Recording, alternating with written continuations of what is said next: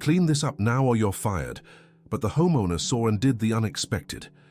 Deborah Johnson clutched the cleaning spray between her trembling hands as she looked at the colorful scribbles on the hallway wall. Tears streamed down her face as Victoria Miller screamed just inches from her ear, threatening to fire her if she couldn't clean up that mess immediately. "You're incompetent! How did you let this happen?" Victoria shouted, pointing to the crayon drawings decorating the white hallway wall. "Clean this up now or you're fired. No matter how many times I repeat myself, you people never learn."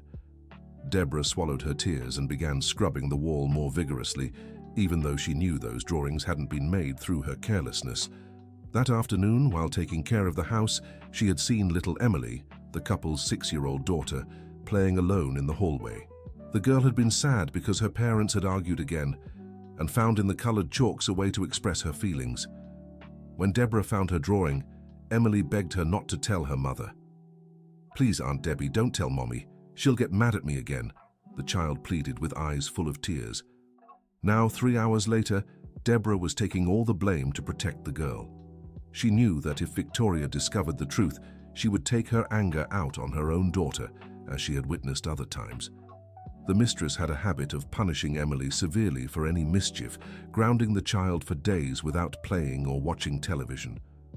"You're not even listening to what I'm saying," Victoria continued, increasingly agitated. 45 years old and still can't do a simple job. My mother warned me that domestics your age only cause trouble." The words cut deep into Deborah's heart. She had worked in that house for almost 3 years, always dedicating herself body and soul to keep everything impeccable. She woke up at 5 every morning to catch 2 buses and arrive promptly at 7. She took care of the house as if it were her own family, but Victoria never recognized her effort. What the mistress didn't know was that Deborah desperately needed that job. Her son, Brian, 19 years old, had been diagnosed with an illness that required constant treatment. The medications cost almost half her salary, and she still supported her elderly mother, who lived with them in a small house in the Greenwood neighborhood, south side of Chicago. "Look how you're doing it! You're spreading the paint instead of cleaning it!" Victoria yelled, gesturing exaggeratedly. "I should have listened to my friends at the country club when they told me to hire someone younger." Deborah continued scrubbing the wall in silence, trying to ignore the humiliations. She had learned over the years that it was better not to fight back, even when the offenses were unfair.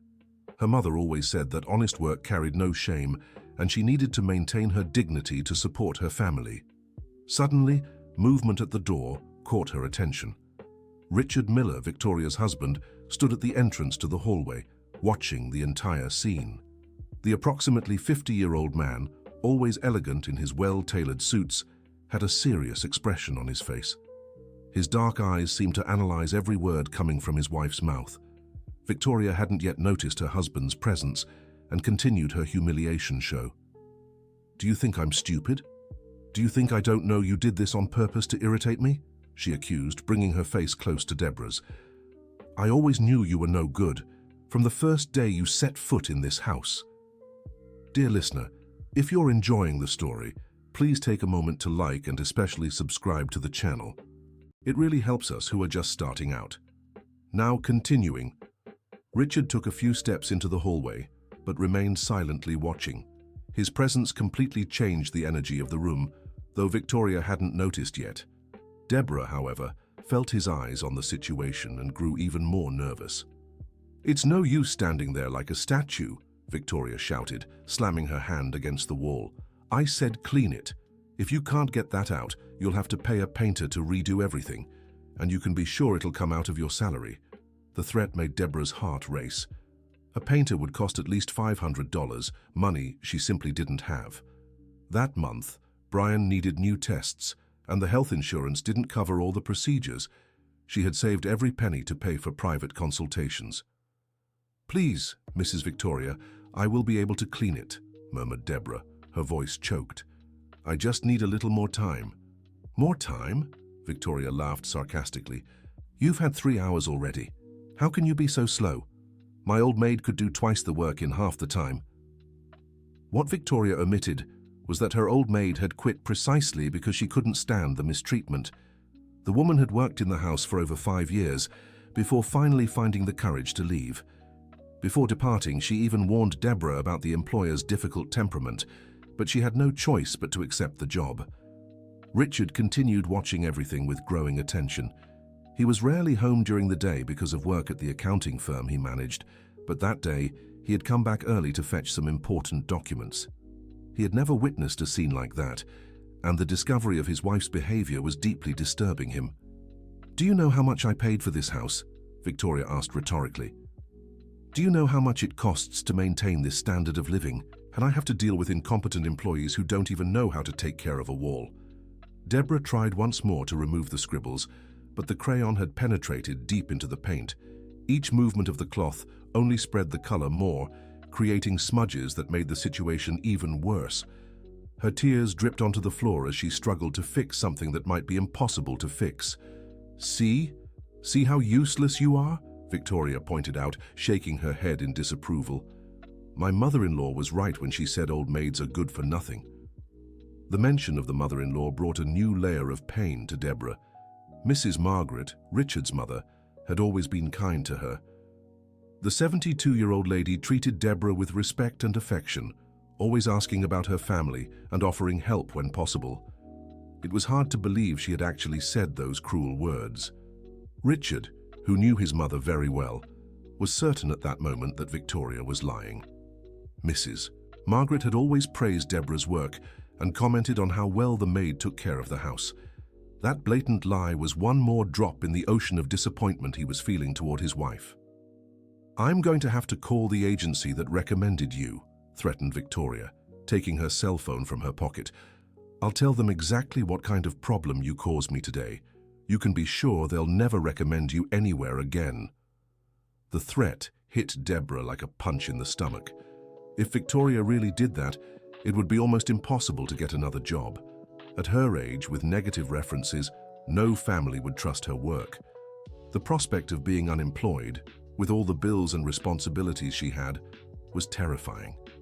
"Mrs. Victoria, please don't do this," begged Deborah, dropping the cloth and clasping her hands in supplication. "I really need this job. My son is sick, and I have nowhere else to go." "You should have thought of that before destroying my wall," retorted Victoria without any compassion. "Do you think I'm responsible for your problems? Everyone should mind their own business." It was at that moment that Richard finally moved. He took a few determined steps toward the two women, making enough noise to get his wife's attention. When Victoria turned and saw him, her expression changed instantly. Her face, red with anger, transformed into a forced and artificial smile. "Richard, darling," she exclaimed, completely changing her tone of voice. "You're home early today. What a wonderful surprise." The transformation was so radical it was almost comical. The woman who seconds before had been screaming like a madwoman now spoke with the sweet, syrupy voice of a devoted wife. Deborah observed the change with a mixture of astonishment and relief, hoping the boss's presence might calm things down. "Victoria," said Richard in a controlled voice, but there was something in his tone that Deborah had never heard before. "I need to talk with you, now." "Of course, dear," she replied, still trying to maintain the facade. "I was just sorting out a little problem here with Deborah. Nothing serious. You know how it is, right? Sometimes we need to be a bit firmer to maintain discipline." Richard looked at Deborah, who kept her head down, and then observed the scribbles on the wall. His gaze took in every detail of the scene: the dirty cloth in the maid's hands, the cleaning spray on the floor, the fresh tears on the woman's face, and the false expression on his wife's. "Deborah," he said, surprising both women, "could you please go to the kitchen? I need to speak with my wife in private." The maid hesitated for a moment, looking between the couple. She didn't know if it was safe to leave them alone or if it might make her situation even worse. Victoria, for her part, was trying to decipher her husband's expression, clearly worried about what he might have heard. "Go on, Deborah," insisted Richard, this time kindly. "Don't worry about the wall for now." She quickly gathered her cleaning supplies and left the hallway, but couldn't help overhearing the beginning of the conversation that followed. "Richard, darling, you don't understand," began Victoria, trying to justify her behavior. "She's very disorganized. and I need to be strict to maintain the standard of our home." "Strict?" he asked, and his voice had cooled considerably. "Is that what you call being strict?" "Well, I," stammered Victoria, realizing her husband wasn't convinced by her excuses. "How long have you been treating Deborah like this?"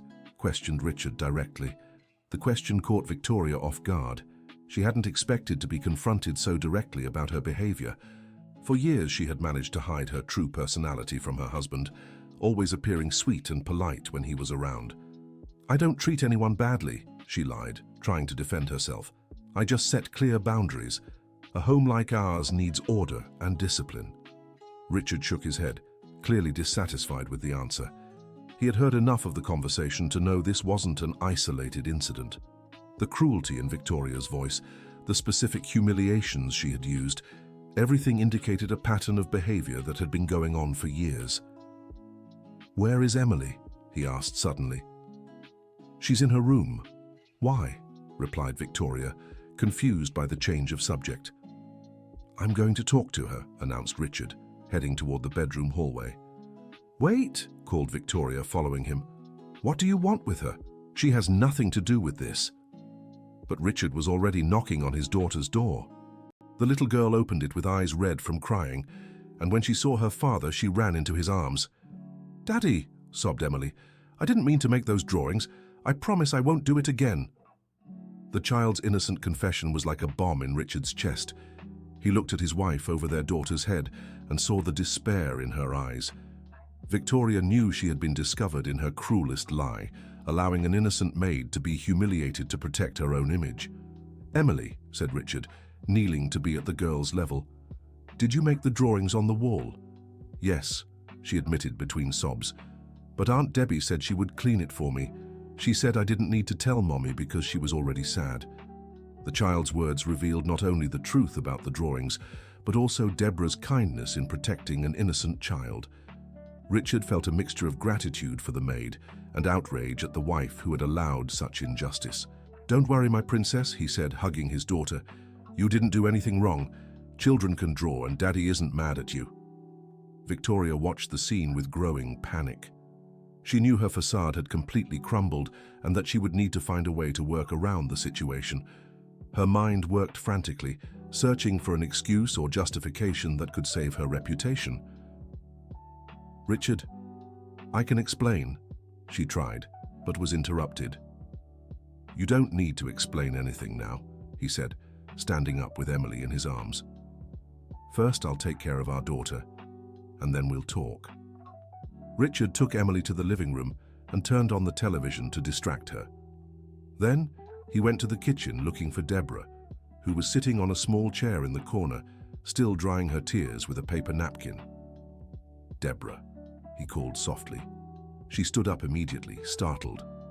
"I'm sorry, Mr. Richard. I was already getting ready to leave." "I don't want to cause more problems." "You are not leaving," he said firmly.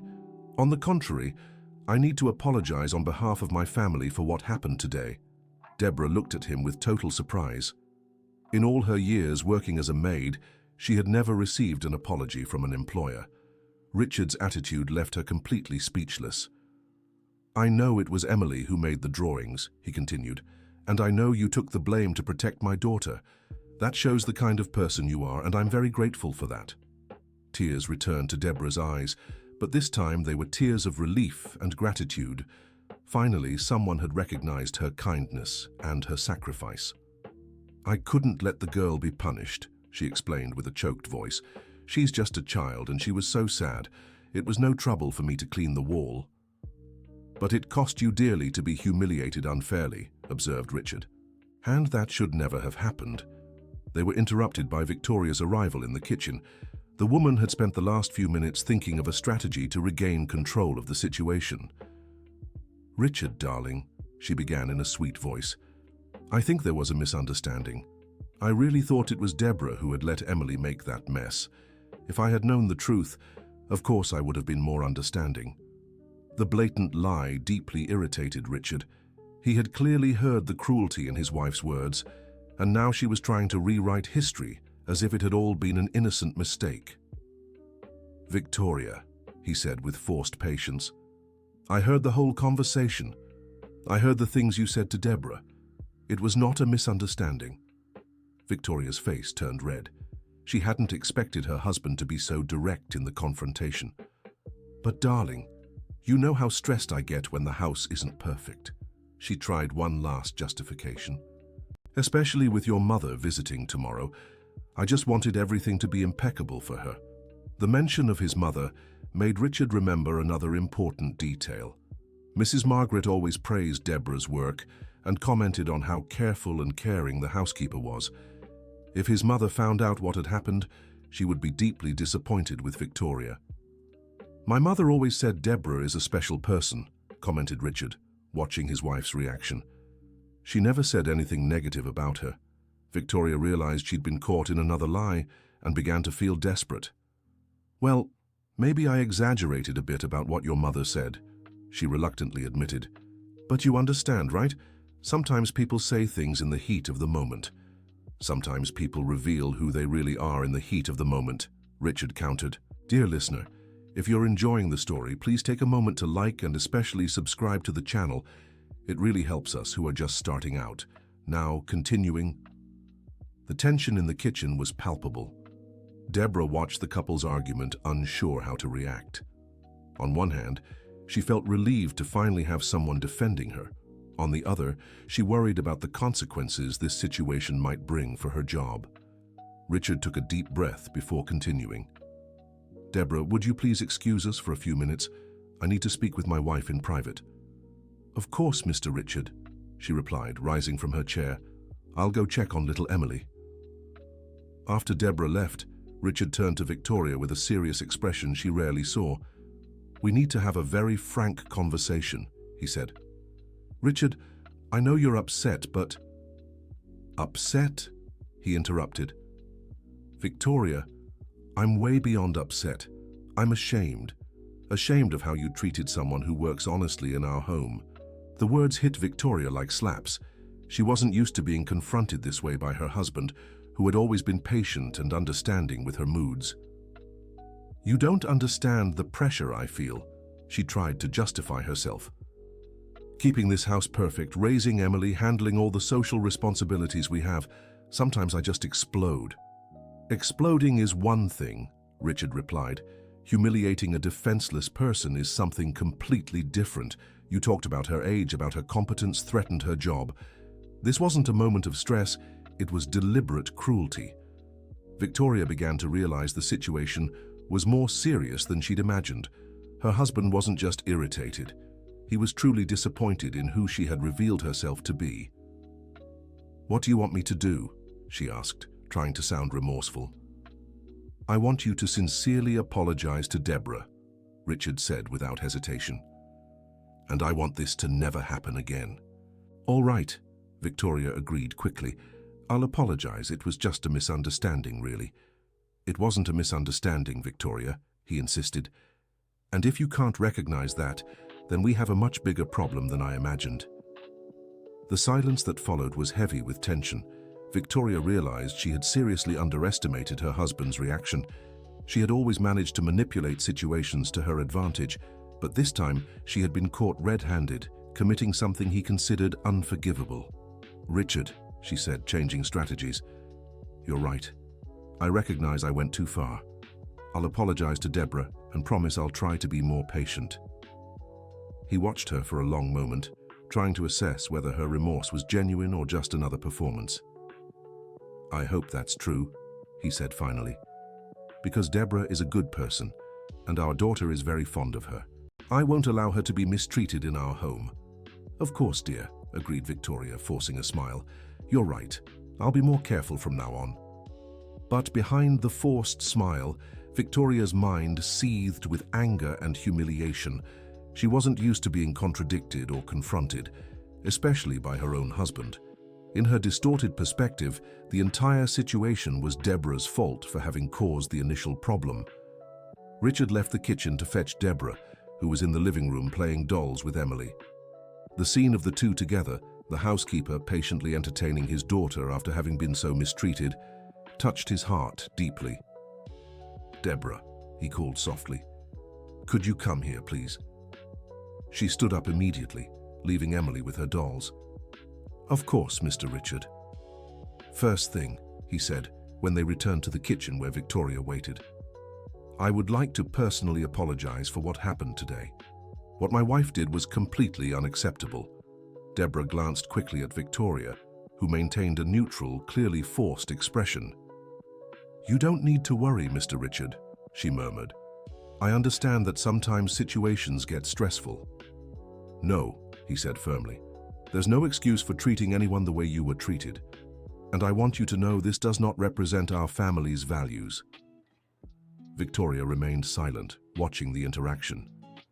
Every word of praise and recognition Richard directed at the housekeeper increased her irritation. "Deborah," Richard continued, "my wife has something to say to you." All eyes turned to Victoria, who hesitated a moment before speaking. "Deborah," she began in a mechanical voice, "I apologize for today's misunderstanding. I recognize I expressed myself inappropriately."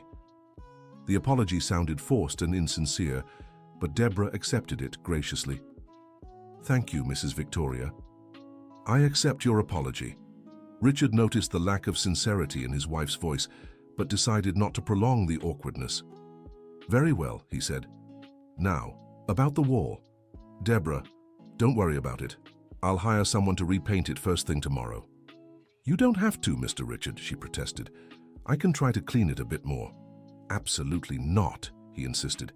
"It was my daughter who drew on it, so it's my responsibility to fix it. Besides, I think she can keep drawing on paper like all children do."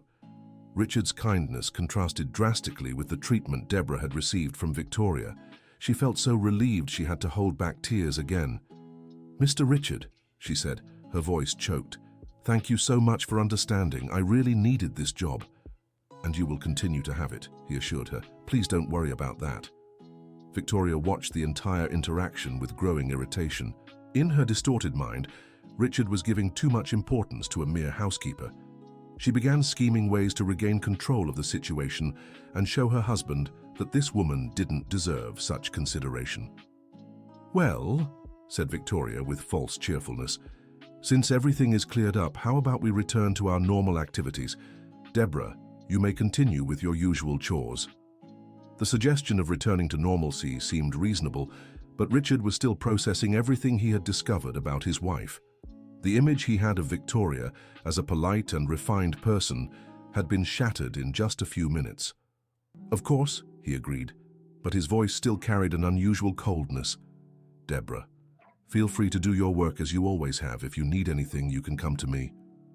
"Thank you, Mr. Richard," she said, genuinely grateful for the protection she had received. As Deborah Johnson moved to other parts of the house to continue her tasks, Richard and Victoria Miller were alone in the kitchen again. The atmosphere between them had changed drastically, and both knew that conversation was far from over. "Richard," Victoria tried, approaching him with affectionate gestures, "thank you for helping me resolve this situation. You always manage to bring peace to our home." He watched her with critical eyes, not letting himself be seduced by the false displays of affection.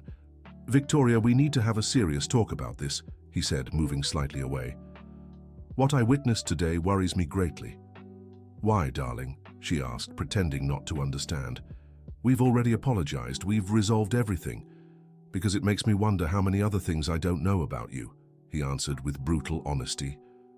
The response caught Victoria off guard. She hadn't expected a simple argument with the housekeeper to shake the foundations of her marriage so much.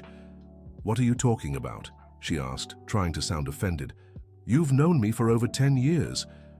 "I thought I knew you," said Richard, shaking his head. "But the woman I saw today treating Deborah that way is not the woman I married." Richard's words hit Victoria like a bucket of cold water. For the first time, she realized her actions could have much more serious consequences than she had imagined. "Richard, you're exaggerating," she tried to minimize. "It was just a moment of stress. Everyone has bad days." "Bad days don't justify humiliating other people," he countered. "And what worries me most is that you seemed very comfortable doing it, as if it was something normal for you." The accusation was too accurate for Victoria to completely deny. In truth, She had grown so accustomed to treating housekeepers that way that she no longer even noticed the cruelty of her words. I sometimes get nervous when things don't go as planned, she admitted reluctantly. But it was never my intention to be cruel. Intention or not, that's what happened, said Richard, and it needs to stop. The final tone of his voice made it clear that this was not a request, but a demand. Victoria realized she had lost much of the power she used to wield over her husband. All right, she agreed, knowing she had no other choice at the moment. I'll try to be more patient. I hope so, said Richard, but his voice still carried doubts about her sincerity. Meanwhile, in another part of the house, Deborah Johnson tried to focus on her tasks, but her mind was too agitated to function normally. What had happened that day had deeply stirred her emotions and made her question many things about her life. On one hand, she felt profoundly grateful for Richard's intervention. She had never had an employer who defended her so firmly. On the other hand, she feared the situation might worsen in the coming days when Richard wouldn't be home to protect her. She knew Victoria's temperament well and knew the woman didn't usually forget when she felt humiliated. The likelihood that she would take her anger out on Deborah when they were alone was very high. But even with all these fears, Deborah felt something different in her chest. For the first time in a long time, someone had recognized her dignity as a human being. Richard had treated her with respect and had defended her rights as an employee and as a person. That experience made her think about her own self-esteem and how she had grown accustomed to accepting humiliation as a normal part of her life. Perhaps it was time to start valuing herself more and demanding the respectful treatment she deserved. While folding clothes in the master bedroom, Deborah could hear fragments of the conversation that Richard and Victoria continued having in the kitchen. Their voices were lower now, but the tone was still serious. She tried not to pay attention, focusing on her work, but couldn't help overhearing when Richard mentioned something about family values and setting an example for their daughter. Those words made her smile slightly, as it showed he truly cared about the kind of environment Emily was growing up in. Little Emily had always been affectionate with Deborah.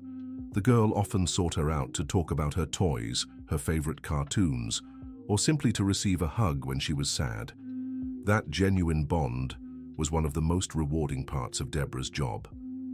Thinking of the child, Deborah remembered how distressed Emily had been when her parents argued that morning. The girl had confided in her about how she didn't like it when her parents yelled at each other and how it made her scared. "Aunt Debbie," Emily had said with her big worried eyes, "why do Mommy and Daddy always get mad?" Deborah had comforted the child as best she could, explaining that sometimes adults get stressed and argue, but that didn't mean they didn't love each other or love her. Now, reflecting on that conversation, Deborah realized Emily was growing up in a much more tumultuous environment than a child should experience.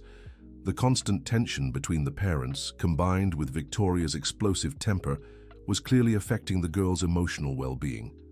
This concern for Emily added a new dimension to Deborah's conflicting feelings about the whole situation. Even if she could keep her job and find a way to deal with Victoria, she questioned whether it would be right to continue working in a house where she witnessed daily situations that could be harmful to a child. Dear listener, if you're enjoying the story, please take a moment to like and especially subscribe to the channel. It really helps us who are just starting out. Now continuing.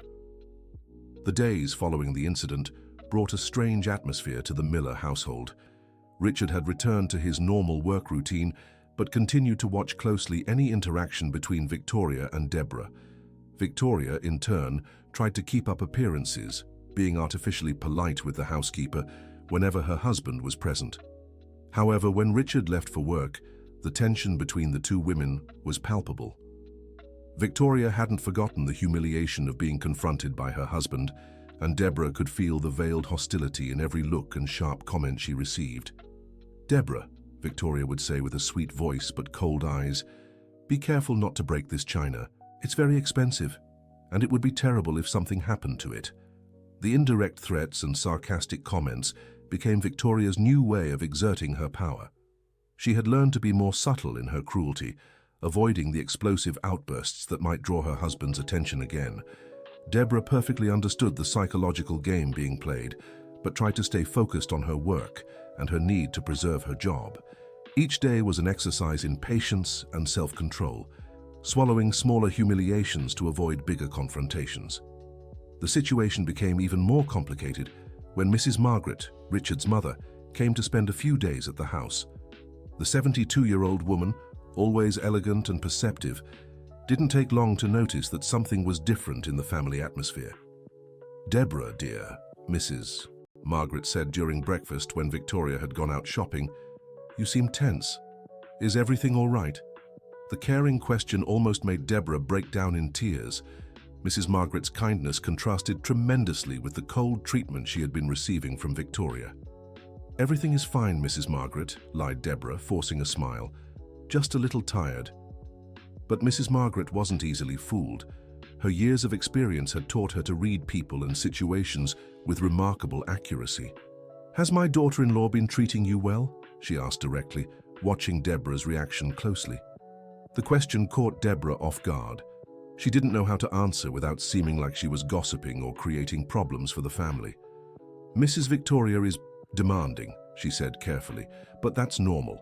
She wants everything to be perfect." Mrs. Margaret nodded slowly, but her experienced eyes captured much more than Deborah's cautious words revealed. "Demanding is one thing," the lady commented. "Disrespectful is another. I hope you know the difference and don't accept anything that goes beyond professional." Mrs. Margaret's words brought tears to Deborah's eyes. It was comforting to know that at least someone in the family cared about her well-being as a person. "Thank you, Mrs. Margaret," she said with a choked voice. "Your words mean a lot to me." The conversation was interrupted by the arrival of Victoria, who was returning from shopping with an irritated expression on her face. "Mother," she said to Mrs. Margaret with a forced smile, "you shouldn't be talking so long with Deborah. She has a lot of work to do." "Deborah is part of this family," replied Mrs. Margaret firmly, "and I talk to whomever I want, whenever I want."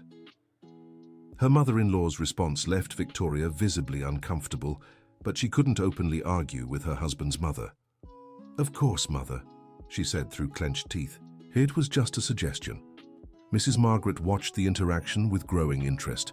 The tension between Victoria and Deborah was too obvious to go unnoticed, and she began to suspect that something much more serious was happening in that house. During lunch, when Richard arrived from work, Mrs. Margaret decided to investigate a little more.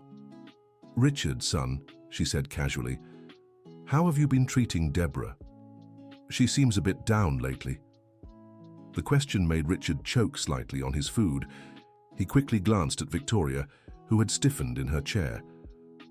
"Why do you ask, Mother?" he questioned, trying to keep his tone casual.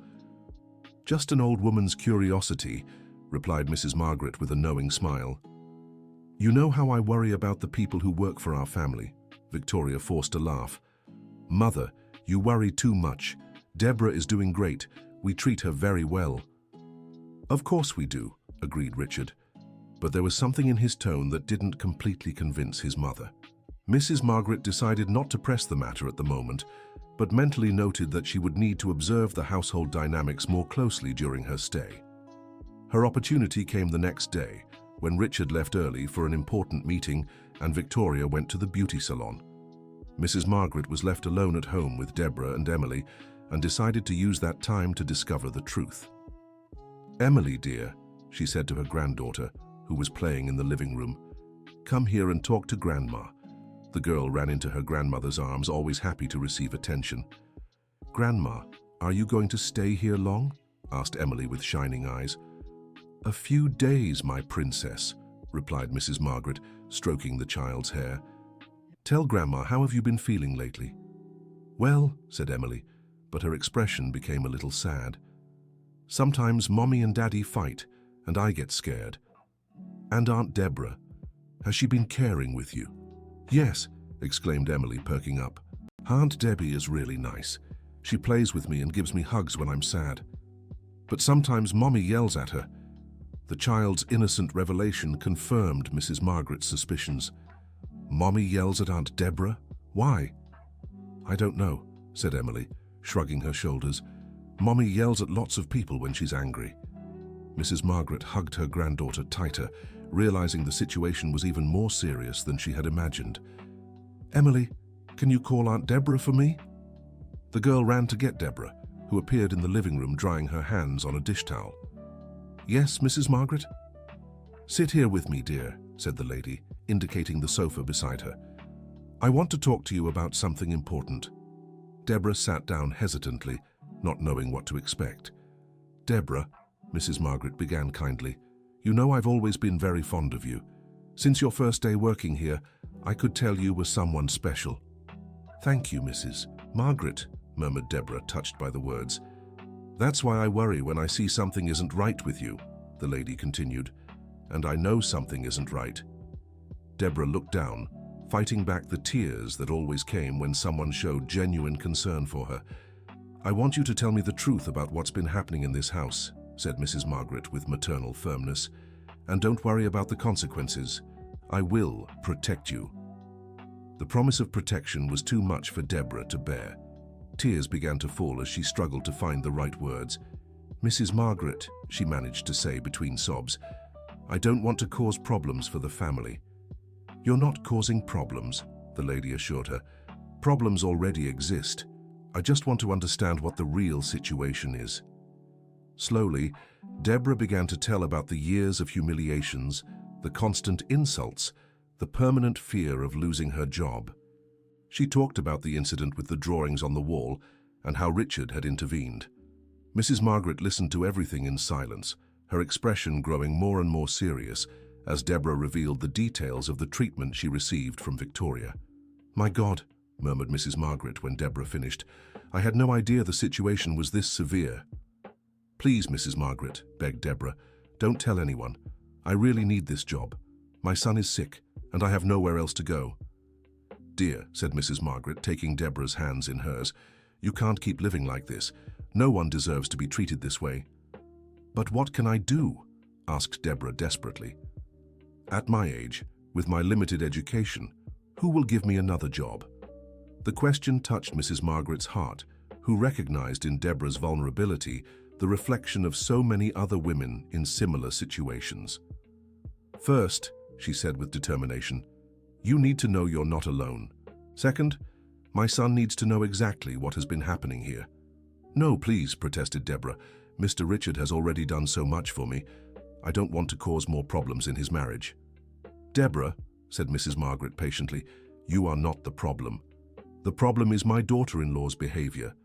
And if my son doesn't know the full truth, he can't make the right decisions." The logic of Mrs. Margaret's argument was undeniable, but Deborah still hesitated. Her life experience had taught her that poor people like her rarely came out victorious when involved in rich people's family conflicts. "I understand your fear," said Mrs. Margaret, noticing the hesitation. "But sometimes we need to have courage to do what's right, even when it's frightening." The conversation was interrupted by Victoria's arrival, returning from the salon with freshly styled hair and a suspicious expression on her face upon seeing the two women talking intimately on the sofa. "Mom," she said with feigned cheerfulness, "I see you were having an interesting conversation." "Indeed we were," replied Mrs. Margaret without flinching. "Deborah is such pleasant company." Victoria forced a smile, but her eyes revealed irritation. "Deborah," she said in a controlled voice, "I believe you have work to do in the kitchen." "She can finish our conversation first," interjected Mrs. Margaret, before Deborah could stand up. The mother-in-law's intervention made Victoria visibly uncomfortable, but she couldn't openly question the authority of Richard's mother. "Of course," she said through clenched teeth. "I just don't want her to fall behind on her duties." Mrs. Margaret watched her daughter-in-law with critical eyes, noting the thinly veiled, threatening tone in her words. "Victoria," she said calmly, "you seem tense. Is everything all right?" "I'm fine, Mother," lied Victoria. "Just concerned about tonight's dinner. You know how I want everything to be perfect. I'm sure Deborah will do an excellent job, as always," commented Mrs. Margaret, watching her daughter-in-law's reaction. The praise for the housekeeper clearly irritated Victoria, who struggled to maintain her composure. "Yes, of course," she reluctantly agreed. Mrs. Margaret decided she had seen enough for now. The dynamic between Victoria and Deborah was proving to be exactly as the housekeeper had described, and she began formulating a plan to protect the woman who had become so important to her family. "Deborah," she said, rising from the sofa, "thank you for the conversation. It was very enlightening." Deborah understood the implicit message and nodded discreetly before heading to the kitchen. Mrs. Margaret remained alone with Victoria in the living room and decided to test her. "Victoria," she said casually, "Deborah seems like someone very dedicated to the family." "Yes," Victoria agreed hesitantly. "She's adequate for our needs." The careful choice of words didn't escape Mrs. Margaret's notice. "Adequate," she repeated. "I thought you would consider her more than that, given how long she's worked here." Victoria realized she was being tested, but didn't know exactly what answer her mother-in-law expected to hear. "Well, of course we appreciate her work," she said cautiously. "It's just that, it's important to maintain professional boundaries." "Professional boundaries are important," agreed Mrs. Margaret. "But respectful treatment is fundamental in any relationship, professional or not." The observation was made in a neutral tone, but Victoria felt the weight of the implicit criticism. "Of course, Mother," she said, trying to end the subject. "I always treat everyone with respect." Mrs. Margaret nodded silently, but her experienced eyes told a different story. She had seen enough to confirm her suspicions and now needed to decide how to proceed. That night's dinner was a tense experience for everyone involved. Richard immediately noticed something had changed in the atmosphere of the house, but couldn't quite identify what. Mrs. Margaret watched Victoria closely, noting how her daughter-in-law treated Deborah when she served the table. Though there were no direct offenses, there was a calculated coldness in every interaction, a subtle way of belittling and humiliating that was almost worse than direct attacks. "Deborah," said Victoria when the housekeeper brought the main course, "could you be more careful? You almost spilled sauce on the table." Mrs. Margaret watched closely and saw that Deborah had been perfectly careful, but accepted the unfair criticism in silence. "I didn't see any problem," commented Mrs. Margaret gently. "Oh, perhaps I was mistaken," said Victoria quickly, realizing she had been caught in a lie. Richard, who had been paying attention to the conversation, began noticing patterns he had missed before. The way Victoria always found flaws in Deborah's work, even when everything was perfect. The way the housekeeper would slightly shrink whenever his wife spoke. "Mom," he said suddenly, "you seem worried about something." Mrs. Margaret looked at her son, carefully weighing her next words. "Just observing the family dynamics," she replied diplomatically. "It's interesting how people behave in different situations." The enigmatic answer left both Richard and Victoria slightly uncomfortable, each for different reasons. After dinner, when Deborah was washing dishes in the kitchen, Mrs. Margaret asked to speak privately with Richard. They went to the study, away from curious ears. "Richard," his mother began without preamble, "we need to talk about a very serious situation." "What is it, Mom?" "About the treatment your wife has been giving Deborah." Richard felt his stomach tighten. Since the wall-drawing incident, he had monitored the interactions between Victoria and Deborah, but hadn't witnessed any other explicit episodes of mistreatment. "Mum, I know there was a misunderstanding a few days ago, but we resolved it." "Son," said Mrs. Margaret patiently, "that wasn't a misunderstanding. It was a pattern of behavior that's been going on for years." The statement shocked Richard. "What do you mean, for years?" Mrs. Margaret told her son everything she had discovered during her conversation with Deborah. She described the constant humiliations, the insults about age and competence, the threats of dismissal, and the atmosphere of fear in which the housekeeper lived daily. Richard listened to everything in growing silence, his face becoming increasingly serious as his mother revealed the extent of the problem. "My God," he murmured when Mrs. Margaret finished. "I didn't know it was this serious." "How could you know?" asked his mother. "Victoria has always been careful to hide this behavior when you're present." "But why didn't Deborah ever tell me?" "Because she's afraid," explained Mrs. Margaret. "Afraid of losing her job, afraid of not finding another one, afraid of not being able to pay for her son's treatment. People in vulnerable situations like hers rarely have the courage to report abuse." Richard ran his hands over his face, trying to process all the information. "What do I do now, Mum?" "You need to make a decision about what kind of man and father you want to be," said Mrs. Margaret seriously, "and what kind of example you want to set for your daughter." The mention of Emily brought a new dimension of concern to Richard. "Do you think this is affecting Emily?" "Son, a child who grows up seeing someone treated as inferior develops very dangerous concepts about respect and human dignity. Either she learns that it's normal to mistreat people in vulnerable positions, or she learns that it's normal to accept mistreatment." His mother's analysis hit Richard like a punch to the stomach. He had never considered the impact that situation could have on his daughter's moral development. "Besides," continued Mrs. Margaret, "Deborah truly loves Emily. She protects your daughter, even when it results in punishment for herself. A person like that doesn't deserve to be treated with cruelty." Richard remembered the wall-drawing incident and how Deborah had taken the blame to protect Emily. The nobility of that gesture contrasted horribly with his wife's cruelty. "I'll talk to Victoria," he said finally. "Richard," said his mother, putting her hand on his arm, "talking might not be enough. Some people change when confronted, but others just become more skilled at hiding their behavior." "What are you suggesting?" "I'm suggesting that you need to be prepared to take more drastic measures if necessary," said Mrs. Margaret. "Deborah is a good person who doesn't deserve to live in fear. And your daughter deserves to grow up in an environment where everyone is treated with dignity." The conversation with his mother had left Richard deeply disturbed. He had always prided himself on being a fair and upright man, but now he discovered he had allowed terrible injustices to happen right under his nose. That night, he lay awake for hours, staring at the ceiling and trying to decide how to proceed. Victoria slept beside him, unaware of the storm brewing in his mind. By morning, Richard had made his decision. He waited for Victoria to wake up and asked to speak with her before she got out of bed. "Victoria," he said in a serious voice, "my mother told me some things about your behavior with Deborah." Victoria's face instantly paled. "What did she say?" "She told me about years of humiliations, insults, and threats. She told me how you treat Deborah when I'm not around." Victoria sat up in bed, her mind racing frantically to find a defense. "Richard, your mother doesn't understand how difficult it is to manage a household. Sometimes you have to be firm with the staff." "Firm?" asked Richard, his voice rising.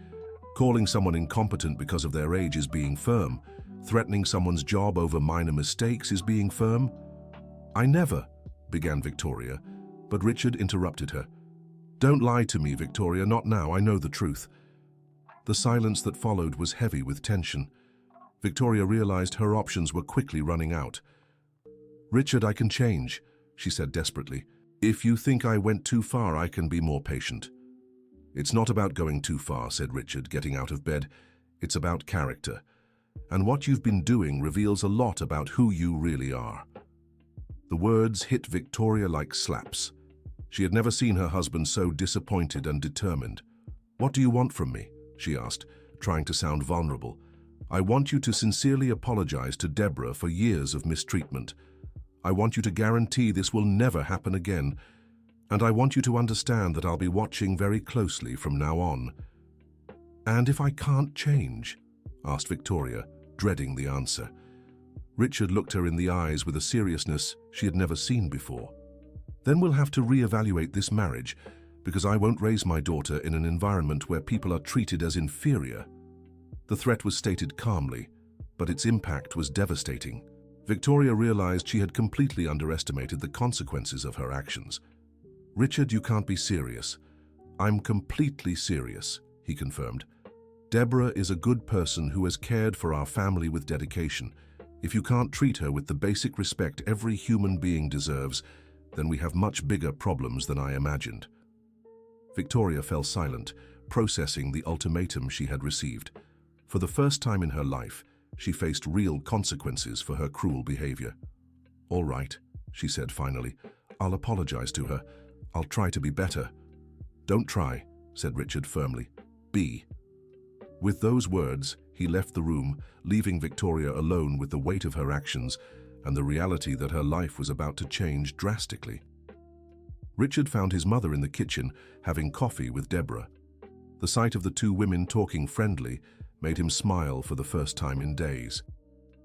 "Good morning," he said, joining them. "Good morning, Mr. Richard," replied Deborah, immediately standing up. "Please sit down," he said kindly. "Actually, I wanted to talk to both of you." Mrs. Margaret and Deborah exchanged uncertain glances. "First," began Richard, "I want to apologize, Deborah, for not realizing sooner what was happening in this house." "Mr. Richard, you don't have to," she started, but he interrupted her. "Yes, I do. It's my house, my family, my responsibility, and I failed to protect you." Tears welled up in Deborah's eyes. She had never received such a sincere and respectful apology. "Second," continued Richard, "I want you to know this will never happen again. I guarantee it." "Thank you, Mr. Richard," she murmured, moved. "And third," he said with a smile, "I wanted to propose something for you." Deborah looked at him with curiosity mixed with apprehension. "I'm opening a new branch of my accounting firm, and I need someone to manage the office. It's not heavy cleaning work. It would be more about organization, reception, coffee for clients. The salary would be better, and you would have all employment benefits." The proposal left Deborah completely speechless. I don't know what to say," she stammered. "You don't have to answer now," said Richard. "Think it over. But I want you to know it's a sincere offer." "Richard," said Mrs. Margaret with pride, "you're doing the right thing." "I learned from the best," he replied, smiling at his mother. At that moment, Victoria appeared in the kitchen, dressed and ready, but with a hesitant expression on her face. "Good morning," she said, her voice sounding strange. "Good morning, Victoria," replied Richard, watching her closely. Victoria looked at Deborah, who was still processing the offer she had just received. "Deborah," she said, her voice trembling slightly, "I would like to speak with you." Everyone in the kitchen fell silent, waiting. "I want to apologize," continued Victoria, the words coming out with difficulty, "for my behavior, for the way I've treated you all these years." Deborah looked at her in total surprise. "I know it wasn't right," Victoria went on, struggling with each word. "And I will try to be a better person." The apology, though clearly forced, still represented a public acknowledgement of guilt that Deborah had never expected to receive. "Thank you, Mrs. Victoria," she said simply. Richard watched the entire interaction closely, noting both the limited sincerity of his wife and the grace with which Deborah accepted the apology. "Well," said Mrs. Margaret, breaking the silence, "how about we have our coffee in peace?" But lasting peace was still far away. In the days that followed, it became clear that Victoria's change was superficial and motivated only by fear of consequences. Although she did not return to direct attacks, her hostility manifested in more subtle and psychologically destructive ways. She began constantly questioning Deborah's work, finding non-existent flaws, and creating unnecessary tasks. She made sarcastic comments about the new job opportunity Richard had offered, trying to undermine Deborah's confidence. "Are you sure you're prepared to work in an office?" she asked with false concern. "It's very different from cleaning houses." Victoria's psychological campaign was working. Deborah began to question whether she really would be capable of performing different tasks from those she had always done. Her self-esteem, already weakened by years of humiliation, began to waver again. It was Mrs. Margaret who first noticed what was happening. "Deborah," she said during one of their conversations in the kitchen, "you seem worried about Richard's proposal." "It's just, maybe Mrs. Victoria is right," confessed Deborah. "Maybe I'm not smart enough to work in an office." "Deborah," said Mrs. Margaret firmly, "you are one of the smartest people I know. Intelligence isn't measured only by formal education." "But what if I do something wrong? And if the clients don't like me?" Mrs. Margaret noticed that Victoria had managed to plant seeds of doubt in Deborah's mind, psychologically sabotaging the opportunity Richard had offered. "Dear," she said, taking Deborah's hands, "you've cared for this house and this family with more competence and dedication than many executives care for their businesses.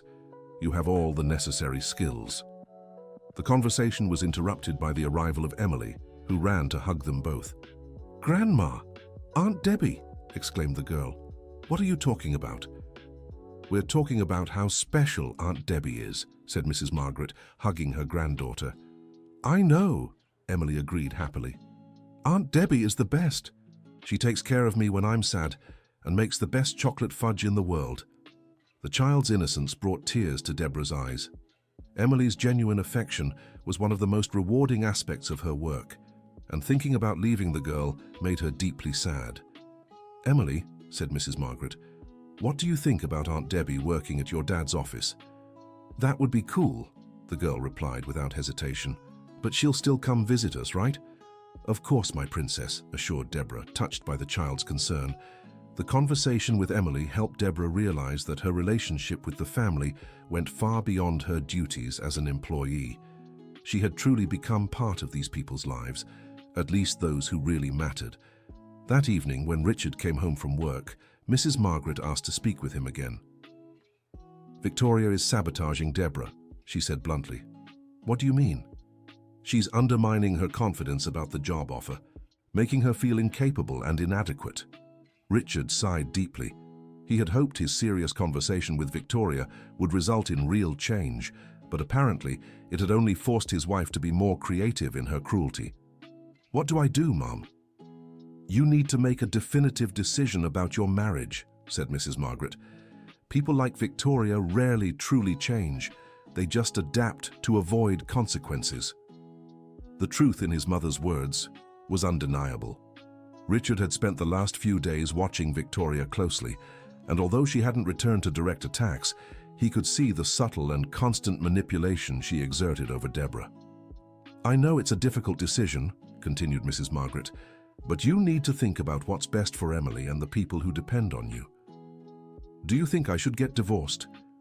I think you should seriously consider that possibility, replied his mother. A marriage based on coexisting with cruelty isn't a good example for your daughter. Richard knew his mother was right, but the prospect of breaking up his family still terrified him. He had always believed that marriage was for life, and the idea of failing in that commitment deeply disturbed him. Besides, added Mrs. Margaret, you need to consider what your inaction communicates to Deborah and to people in similar situations.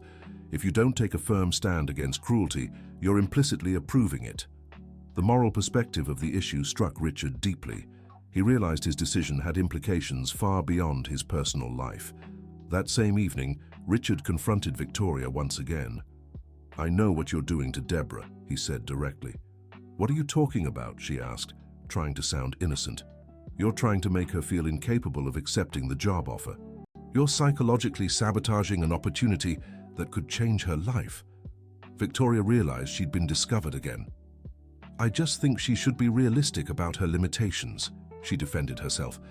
The only limitations Deborah has are the ones you try to impose on her, Richard countered. And that stops now. Or what? Challenged Victoria, tired of being constantly confronted. Or I will file for divorce, said Richard with deadly calm. The threat, this time made with complete seriousness, left Victoria in shock. You wouldn't do that. Yes, I would, he confirmed. And you know I would. The silence that followed was heavy with a different tension. Victoria realized she had finally pushed her husband beyond his tolerance limit. Richard, she said, her voice losing all its previous arrogance, we can work this out. No, Victoria. We can't, because you don't really want to change. You just want to avoid the consequences of your actions. The accusation was too accurate to be denied. I will start the divorce proceedings tomorrow, announced Richard, and I will ask for custody of Emily. You can't do this to me, shouted Victoria, finally losing her composure. Yes, I can, and I will. The determination in Richard's voice convinced Victoria he wasn't bluffing. For the first time in her life, she faced real and irreversible consequences for her behavior. Richard, please, she begged, trying one last manipulative card. Think of our family. Think of Emily. I am thinking of Emily, he replied. That's exactly why I'm doing this. I don't want my daughter to learn that it's normal to treat people poorly.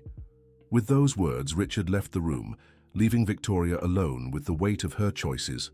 The next morning, Richard sought out Deborah in the kitchen, where she was preparing breakfast with Emily's help.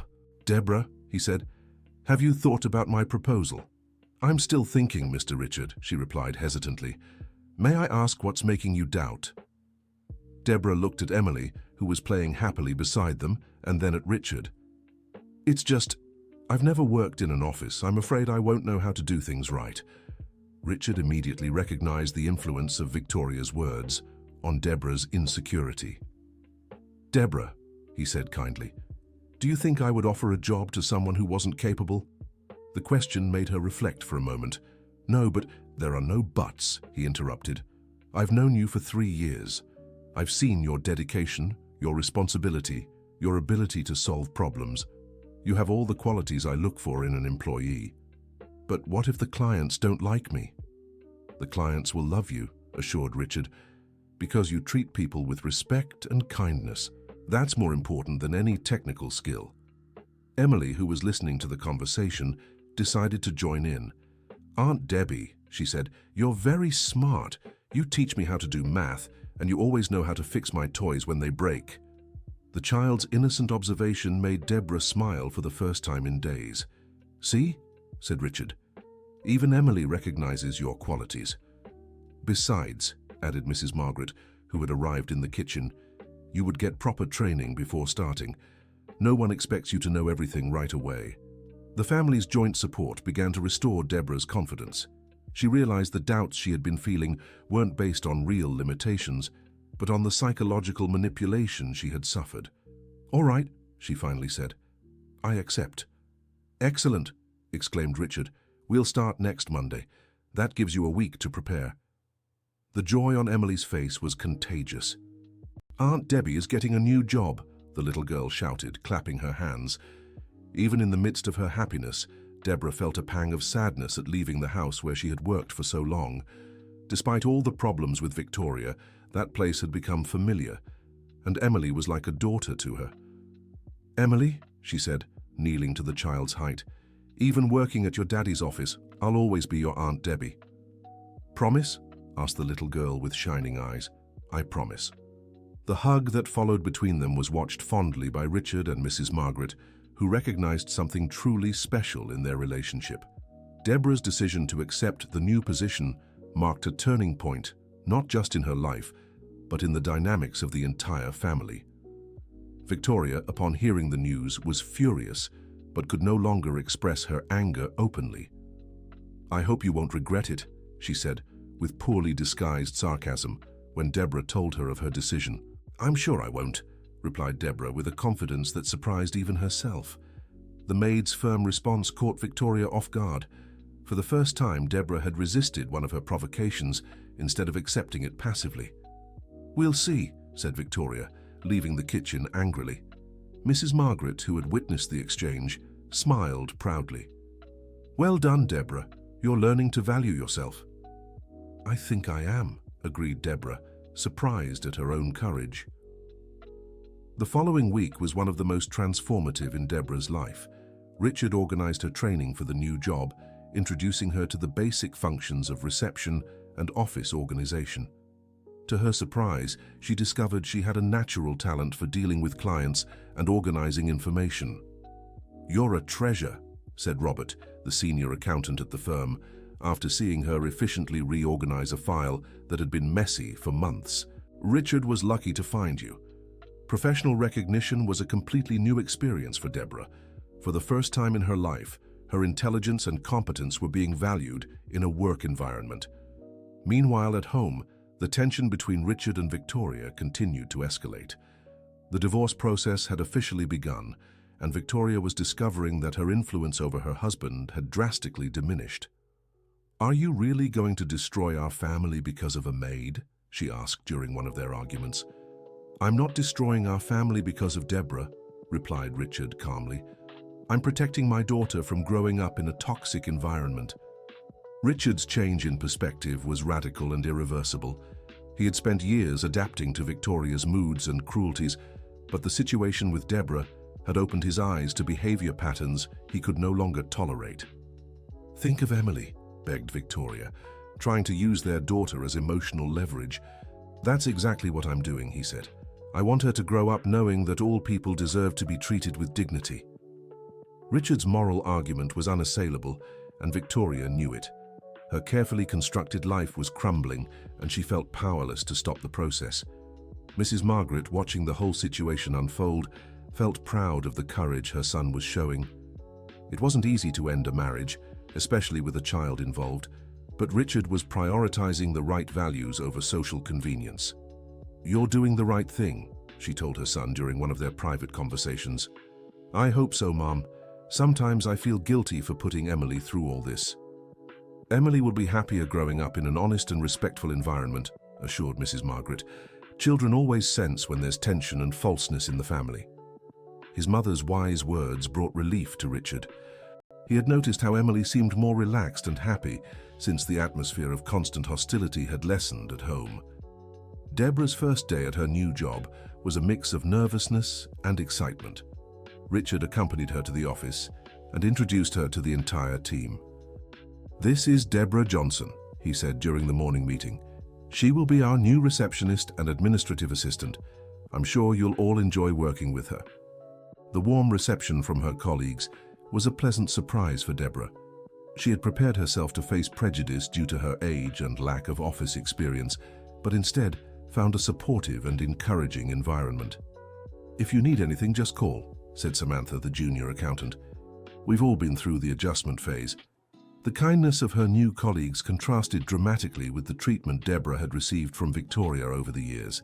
For the first time, she was in an environment where her contributions were valued and where she was treated as an equal. During lunch, Richard stopped by the office to see how she was adjusting. "How was your first morning?" he asked. "Much better than I expected," Deborah replied with a genuine smile. "People are very kind." "I told you you'd do well," Richard reminded her. "How are you feeling?" "Different," she said, carefully considering her answer. "For the first time in my life, I feel like my opinions matter."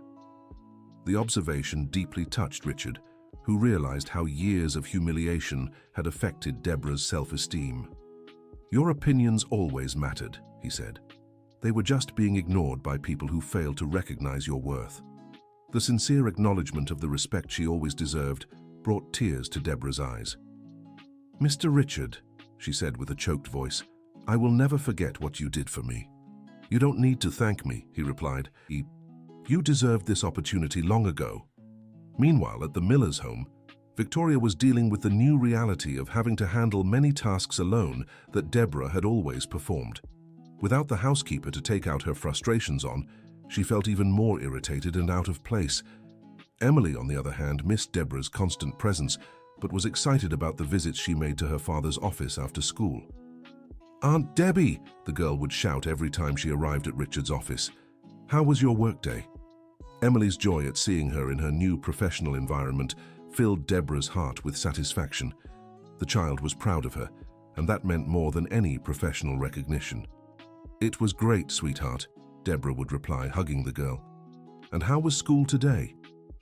Their conversations remained special, but now took place in a different context, where Deborah was seen as a respected professional rather than just a housekeeper.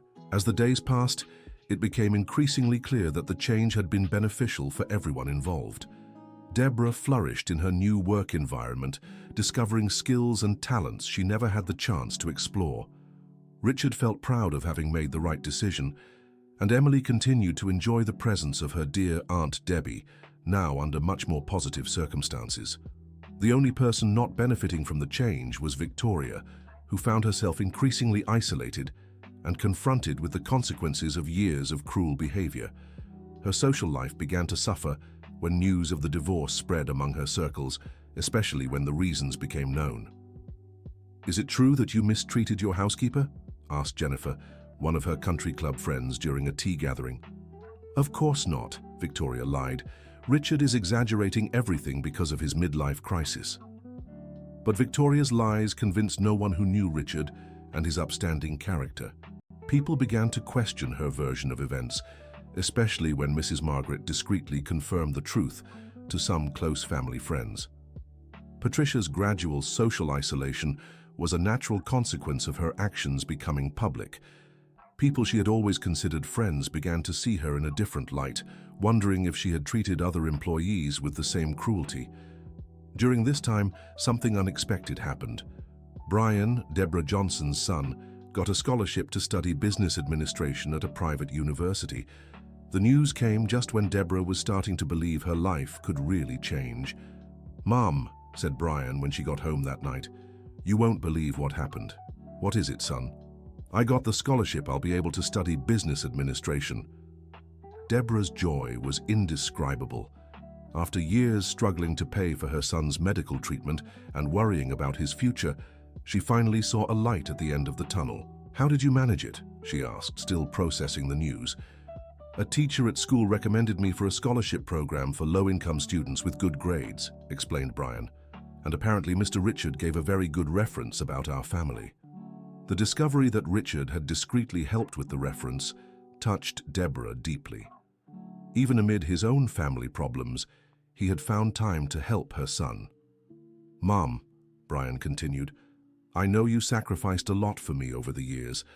Now it's my turn to make you proud." The hug between mother and son was filled with emotion and hope. For the first time in a long while, Deborah felt the future held good things for her family. The next day, she sought out Richard at the office to thank him for the reference. "Mr. Richard," she said, "Brian told me about the recommendation letter. Thank you so much." "It was my pleasure," replied Richard. "Brian is an intelligent and determined young man. He deserves every opportunity possible." "You've already done so much for us," said Deborah, moved. "I don't know how we'll ever repay you." "The best repayment is seeing you thrive," Richard said sincerely. "That's what makes me happy." Richard's genuine generosity contrasted dramatically with the pettiness Deborah had experienced with Victoria. It was as if she had spent years in a dark world and finally discovered that light and goodness were within her reach. Meanwhile, Richard and Victoria's divorce proceedings continued to progress. Victoria's attempts to get a substantial alimony were complicated when evidence of her abusive behavior was presented to the court. "She treated employees like inferior beings," testified Mrs. Margaret during a hearing, "and this happened in front of my granddaughter." The testimony of Mrs. Margaret, a respected lady in the community, carried significant weight in the proceedings. The judge began to question Victoria's ability to have shared custody of Emily. "The child deserves to grow up in an environment where she learns values of respect and compassion," noted the magistrate during one of the sessions. Victoria realized she was losing not only her husband, but potentially regular access to her daughter as well. The reality of the consequences of her years of cruelty was finally materializing completely. Desperate, she made one last attempt to regain some control over the situation. She sought out Deborah at the office where she worked, hoping to convince her to testify in her favor. "Deborah," she said when she found the former employee organizing files, "I need to talk to you." Deborah was surprised to see Victoria at her workplace, but maintained her professional composure. "Of course, Mrs. Victoria." "You know I always treated you well, right?" began Victoria, with a blatant lie. "Sometimes I would get stressed, but it was never anything personal against you." The attempt to rewrite history left Deborah astonished. "Mrs. Victoria," she said calmly, "that's not how I remember things." "But you understand that sometimes people exaggerate small situations, right?" insisted Victoria. "Richard is making it seem like I was a terrible person." "I can't speak about that," replied Deborah diplomatically. "It's a matter between you two." Deborah's refusal to engage in Victoria's manipulation left the woman even more desperate. "If you testify that I was never cruel to you, I can help financially with your son's studies," offered Victoria, trying a last resort of bribery. The bribe offer was the last straw for Deborah. After years of accepting humiliations, she finally found her voice. "Mrs. Victoria," she said firmly, "I won't lie for anyone, and I don't need your help for anything." Deborah's direct and dignified response symbolically marked her complete transformation. The woman who once accepted humiliations in silence now refused to be corrupted or manipulated. "You'll regret this," threatened Victoria, completely losing her composure. "The only thing I regret," replied Deborah, "is having accepted being treated poorly for so long." With these words, Deborah walked away, leaving Victoria alone with her anger and despair. Richard, who had witnessed the end of the conversation without being noticed, felt proud of the courage Deborah had shown. Her transformation from victim to empowered person was one of the most rewarding aspects of that whole difficult situation. "Deborah," he said, approaching after Victoria left, "you handled that very well." "It wasn't easy," she admitted, "but I learned that sometimes we need to stand up for our dignity." "Exactly," agreed Richard, "and you stood up for yours with great class." The divorce process concluded a few weeks later. Richard obtained primary custody of Emily, with supervised visits for Victoria, until she demonstrated genuine changes in her behavior. The financial settlement was fair, but not generous, considering the circumstances that led to the divorce. Victoria moved to a smaller apartment and had to face the reality of her deteriorated social situation. Many of her former friends avoided her, and she began to realize how she had destroyed relationships through years of arrogant and cruel behavior. Meanwhile, Deborah's life continued improving in every aspect. Her performance at the office was excellent, and Richard had started considering promoting her to higher responsibility roles. "Deborah," he said during a monthly evaluation meeting, "I'd like to offer you a promotion to administrative supervisor." "Supervisor?" she asked, surprised. "You've demonstrated exceptional organizational and leadership abilities," explained Richard, "and the whole team enjoys working with you." The promotion represented not only a significant salary increase, but also professional recognition Deborah had never dreamed of achieving.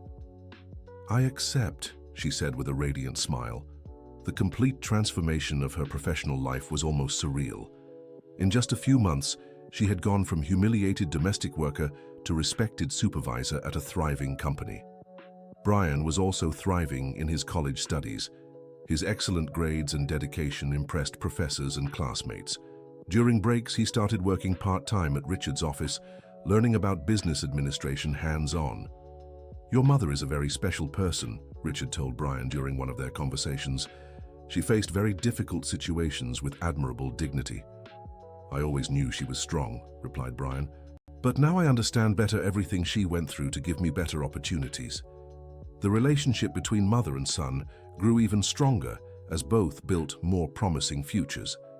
Deborah felt proud of the man Brian was becoming, and he admired the courage she had shown to transform her life. Emily, in turn, was adapting well to the new family dynamic. With less tension at home and more quality time with her father, she became a happier and more confident child.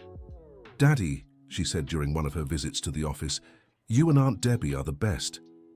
The child's joy at seeing the people she loved thriving was contagious. Richard realized that his decision to prioritize moral values over social convenience had resulted in a much healthier environment for his daughter. Mrs. Margaret, who had catalyzed many of the positive changes through her intervention, watched the entire transformation with deep satisfaction. "You made the right decisions," she told Richard during one of their conversations. "And look how everyone is better now." "Including me," admitted Richard. "Living with constant tension and falsehood was consuming me. Now I feel I can truly be myself." The emotional honesty Richard had gained was reflected in all aspects of his life. He was a more present father, a fairer boss, and a person of greater integrity. 1 year after the beginning of that entire transformation, Richard organized a small party at the office to celebrate Deborah's work anniversary. The entire team participated, and Emily was present with a special drawing she had made for her Aunt Debbie. "This drawing is for you," said Emily, handing the colorful paper to Deborah. "It's you in your office being important." The drawing showed a smiling female figure behind a desk with the word "supervisor" written in large, colorful letters. Deborah held the drawing to her chest, remembering how everything had started with other drawings on a wall, and how her life had completely changed since then. "Thank you, Princess," she said, hugging Emily. "This is the best gift I could receive." During the party, Richard made a special toast. "To Deborah," he said, raising his glass, "a woman who taught us that dignity and competence don't depend on title or social position, but rather on character and determination." The team's applause echoed through the office as Deborah became emotional with the recognition. "And to Richard," she replied, raising her own glass. "A man who proved that doing the right thing isn't always easy, but it's always worth it." The joint toast symbolized not just a professional friendship, but a partnership based on mutual respect and shared values. Meanwhile, Victoria watched from afar the success of all the people she had tried to diminish. Her former attempts to humiliate Deborah had resulted in the opposite. The employee she despised now enjoyed respect and prosperity that she herself had lost. The irony of the situation did not escape Victoria. Her cruelty had destroyed her own life while propelling forward those she had tried to hurt. Alone in her small apartment, she began to reflect on the choices that had led her to that situation. For the first time in her life, she was forced to confront the truth about her own character and about the consequences of her actions. The loneliness and social isolation she experienced were the direct result of years of treating other people as inferior. Now, without power or status to hide behind, she was discovering what it was like to be vulnerable and despised. Perhaps, she thought in a rare moment of self-awareness, I should have learned from Deborah instead of trying to destroy her. But this realization came too late to save her former life. The bridges she had burned with her cruelty could not be easily rebuilt. 2 years after the entire transformation began, Deborah had completely settled into her new life. She had bought her own house in a better neighborhood. Brian was graduating with honors from university, and she had developed a social circle of co-workers who respected and admired her. "Aunt Debbie," said Emily during one of her visits, "you're the coolest person I know." "Thank you, sweetheart," replied Deborah, hugging the girl who had become like a daughter to her. "You're very special to me, too." Their relationship had remained strong throughout all the changes, proving that genuine affection transcends superficial circumstances. Richard, watching the interaction between his daughter and Deborah, reflected on how that situation had taught valuable lessons to his entire family. "Emily is learning important values by seeing how you recovered from difficult situations," he commented to Deborah. "I hope she learns that it's never acceptable to treat someone poorly, regardless of social position," replied Deborah. "She already has," assured Richard. "She always stands up for classmates who are mistreated at school. You've been a powerful example for her." The positive influence Deborah had on Emily represented a victory over all the cruelty she had faced. Instead of allowing the humiliations to make her bitter, she had used her experiences to teach compassion and justice. Brian, now graduated and working at a respectable company, often expressed gratitude for the mother who had sacrificed so much for him. "Mom," he said during a family dinner, "you'll always be my hero. I don't know how you managed to keep your dignity in such difficult situations." "I managed because I had you to give me strength," replied Deborah, "and because I learned that our self-esteem cannot depend on how other people treat us." The wisdom Deborah had gained through her experiences transformed her into a source of advice and support for other people in similar situations. She began volunteering with organizations that helped working women understand their rights and develop self-esteem. "Your story inspires others," said Richard when he learned about her volunteer work. "You're turning pain into purpose." "It's the only way to make sense of everything I went through," explained Deborah. "If I can help other women not accept humiliation, then it was all worth it." The multiplying impact of her personal transformation was creating positive ripples that spread far beyond her individual life. During an afternoon at the office, 3 years after that first traumatic day with the drawings on the wall, Deborah received an unexpected visit. Victoria appeared, visibly more humble and tired than before. "Deborah," she said hesitantly, "may I speak with you for a few minutes?" Deborah received her professionally but with caution. "Of course, Mrs. Victoria." "I came here to apologize," said Victoria, the words coming out with difficulty. "For real this time. For the years of mistreatment, for the cruelty, for everything." The sincerity in Victoria's tone was different from her previous apologies. Deborah realized this came from a place of genuine recognition rather than manipulation. "I lost everything because of my behavior," continued Victoria. "My marriage, my friends, my daughter's respect, and I deserve all of it." "Mrs. Victoria," said Deborah kindly, "I appreciate your apology, and I hope you have found peace.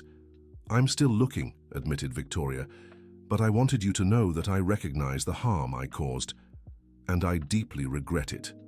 The apology, though belated, represented the closure Deborah didn't know she needed. Seeing Victoria humbled and remorseful brought more sadness than satisfaction, because it showed the human cost of cruelty. "We can all change and grow," Deborah said diplomatically. "I hope you find your way." After Victoria left, Richard appeared in Deborah's office. "I saw you had an interesting visitor," he commented. "She came to apologize," explained Deborah, "and she seemed sincere this time. How do you feel?" "Sad for her," admitted Deborah. "No one deserves to live with so much regret and loneliness." The compassion Deborah showed even towards someone who had mistreated her revealed the depth of her personal transformation. She had developed the emotional maturity to separate people from their actions and to choose forgiveness over resentment. "You are a remarkable person," Richard said with admiration. "I don't know if I could be that generous." "Anger only hurts the person who carries it," replied Deborah. "I prefer to use my energy to build good things." This life philosophy had become the foundation of all Deborah's decisions, allowing her to keep growing and thriving instead of staying stuck in the past. As the years passed, the story of Deborah's transformation became legendary among office staff and family acquaintances. She represented living proof that personal dignity and perseverance could overcome even the most challenging circumstances. Emily, now a teenager, often brought friends to meet Aunt Debbie, proudly telling them how she had overcome hardships to become a successful person. "Aunt Debbie taught me that we should always treat everyone with respect," Emily explained to her friends. "It doesn't matter what their job is or how much money they have." The lesson had taken deep root in Emily's moral upbringing, creating a new generation of people committed to equality and compassion. Brian, established in his career and in a serious relationship, planned to marry and give grandchildren to Deborah. He often credited his work ethic and moral values to the example his mother had demonstrated. "Mom," he said during an intimate conversation, "when I have children, I want to raise them with the same values you taught me. Honest work, personal dignity, and compassion for everyone. Those are the only values that really matter," agreed Deborah. "Everything else is temporary." The wisdom she had gained through her experiences had made her a respected matriarch, not just in her own family, but in the broader community.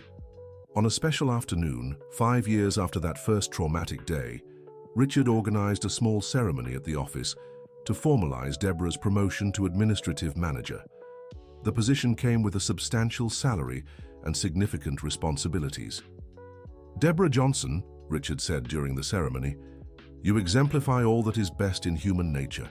Your journey from humbled housekeeper to respected manager is an inspiration to us all." The applause from the gathered team echoed through the office as Deborah received her new nameplate and office keys. "Thank you," she said emotionally, "not just for the professional opportunity, but for helping me discover my own worth." The ceremony represented much more than a corporate promotion. It was the official recognition of a complete personal transformation, from victim to leader, from humbled to respected. Mrs. Margaret, now nearly 80 years old but still lucid and active, was present at the ceremony. "Deborah, dear," she said after the ceremony, "you were always special. You just needed an opportunity to shine." "You changed my life by defending me," replied Deborah. "I'll never forget your courage." "You're the one who had courage," corrected Mrs. Margaret. "I merely pointed out what everyone should have seen from the beginning." The conversation between the two women, separated by age and social class, but united by mutual respect, symbolized the triumph of human values over superficial prejudices. That night, Deborah returned home, her own home bought with her own work, and reflected on the incredible journey she had traveled. 5 years earlier, she was kneeling on the floor, scrubbing marks off a wall, while being humiliated by a cruel woman. Now she managed a team of 12 people at a prosperous accounting firm, was respected in her community, and had raised a son who had become a man of integrity. "It all started when I decided I deserved to be treated with dignity," she thought, remembering the exact moment when she found the courage to resist Victoria's cruelty. That seemingly small decision had unleashed a series of events that transformed not only her life, but the lives of everyone around her. Brian came home that night with flowers to celebrate his mother's promotion. "To the best administrative manager in town," he said, handing her the bouquet. "And to the best son in the world," she replied, hugging him. The love between mother and son, strengthened by years of shared struggle, had become the solid foundation upon which both had built their successful lives. As they prepared dinner together, Deborah thought of all the people who had contributed to her transformation.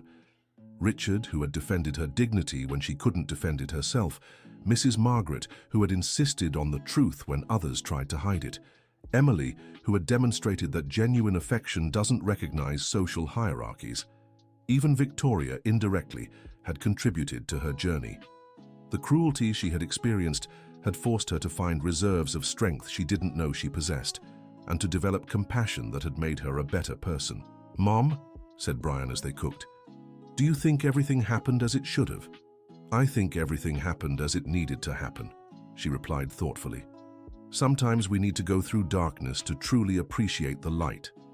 The wisdom in her words reflected years of reflection and personal growth.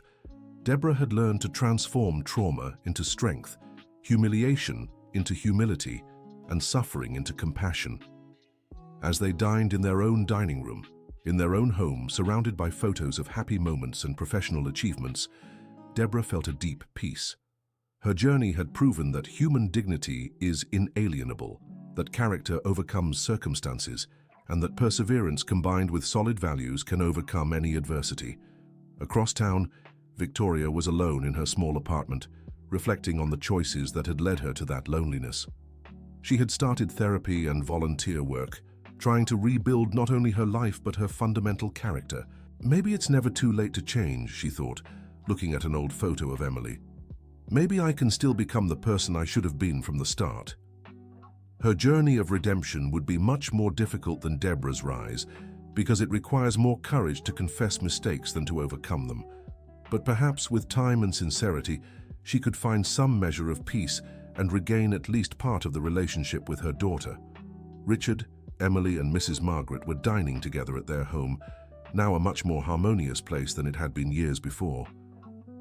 "Daddy," said Emily, "do you think Aunt Debbie will come to my birthday next month?" "Of course she will," assured Richard. "She'd never miss your birthday. She's like family, isn't she?" "Exactly," agreed Richard. "And so it shall always be." The complete integration of Deborah Johnson into the family's life, not as a servant but as a beloved and respected person, represented the final victory of human values over social prejudices. Mrs. Margaret smiled as she listened to the conversation. Her intervention years earlier had set in motion changes that continued to bear positive fruit. She felt proud not only of the son she had raised, but of the courage she had shown in confronting injustice when she saw it. Good people always find each other, she thought, and cruel people end up alone with their cruelty. The wisdom of her 80 years had been confirmed once again in the story of Deborah and her family. End of story.